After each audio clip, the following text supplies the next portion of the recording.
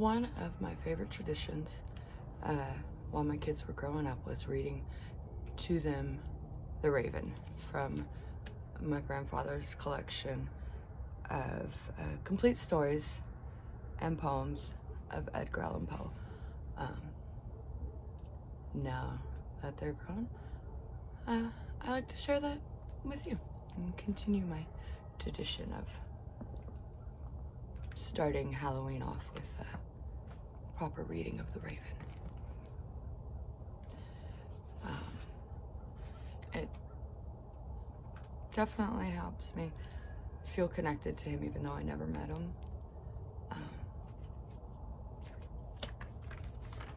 Dramatic reading of The Raven by Edgar Allan Poe.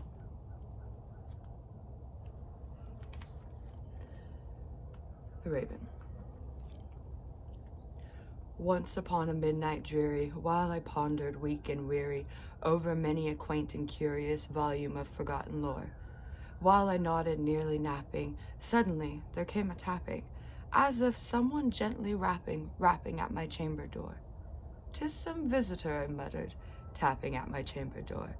"Only this and nothing more." Distinctly I remember it was in the bleak December, and each separate dying ember wrought its ghost upon the floor.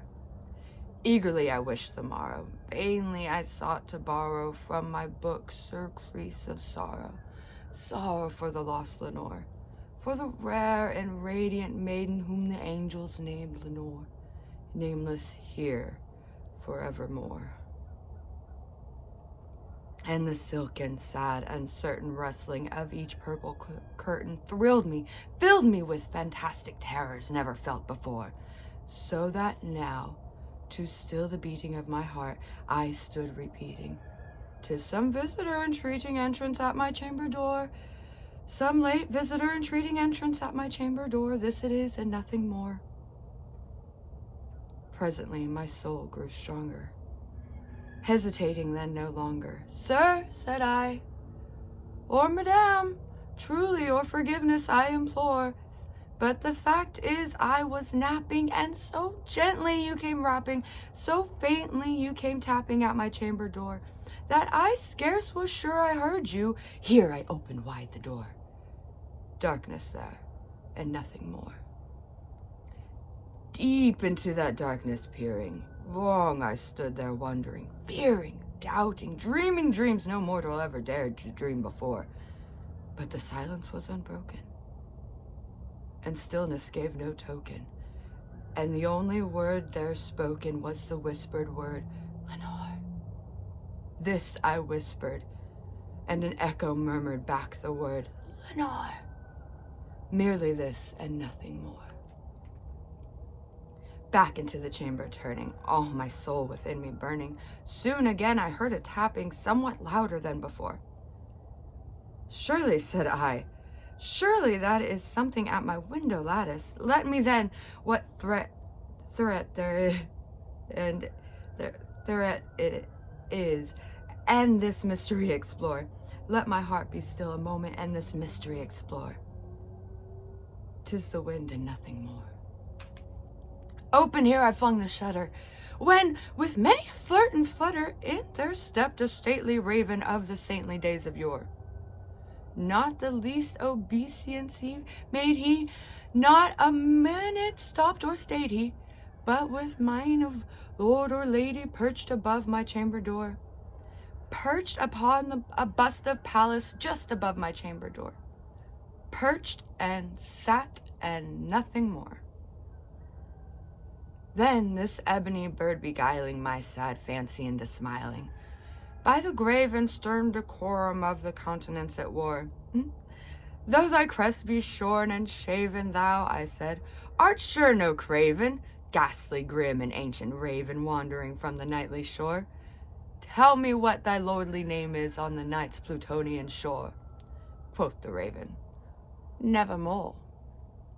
Much I marveled this ungainly fowl to hear it discourse so plainly, though its answer little meaning, little relevance bore, for we cannot help agreeing that no living human being had ever yet was blessed with seeing bird above his chamber door. bird or beast upon the sculpted bust above his chamber door was such a name as Nevermore. But the raven, sitting lonely on the placid bust, spoke only that one word, as if his soul in that one word he did outpour. Nothing further than he uttered, not a feather than he fluttered, till I scarcely more than muttered, "Other friends have flown before. On the morrow he will leave me, as my hopes have flown before." Then the bird said, "Nevermore." Startled at the stillness broken by reply so aptly spoken, "Doubtless," said I, "what it utters is its only stock and store, caught from some unhappy master whom unmerciful disaster followed fast and faster till his songs one burden bore, till the dirges of his hope that melancholy burden bore of nevermore." But the raven still beguiling all my fancy into smiling, straight I wheeled a cushioned seat in front of the bird and bust and door.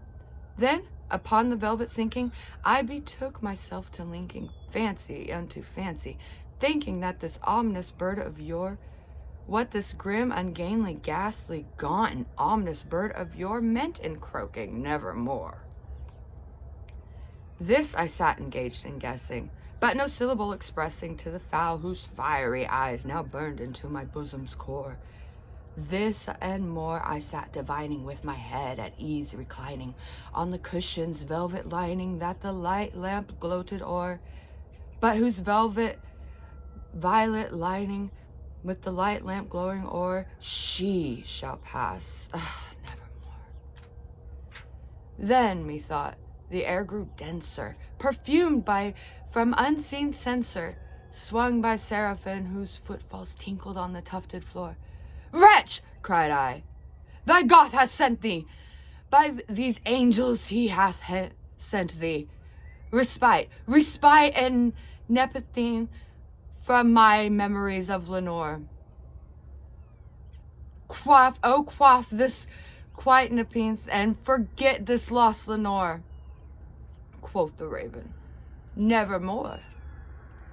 "Prophet," said I, "thing of evil, prophet still, if bird or devil, whether tempter sent, or whether tempest tossed thee here ashore, desolate, yet all undaunted, on the desert land enchanted, on this home by horror haunted, tell me truly, I implore, is there a balm of Gilead? Tell me, I implore." Quoth the raven, "Nevermore." "Prophet," said I, "thing of evil, prophet still, if bird or devil, be that heaven that bends above us, by that God we both adore, tell this soul of sorrow laden, if the distant Aiden it shall clasp a sainted maiden whom the angels name Lenore, clasp a rare and radiant maiden whom the angels name Lenore." Quoth the raven, "Nevermore." "Be that word our sign of parting, bird or fiend," I shrieked, upstarting. "Get thee back into the tempest and the night's plutonium shore. Leave no black plume as token of the lie thy soul has spoken. Leave my loneliness unbroken. Quit the bust above my door. Take thy beak from out my heart, and take thy form from off my door." Quoth the raven, "Nevermore." And the raven, never flitting, still is sitting on the pallid bust of Pallas just above my chamber door.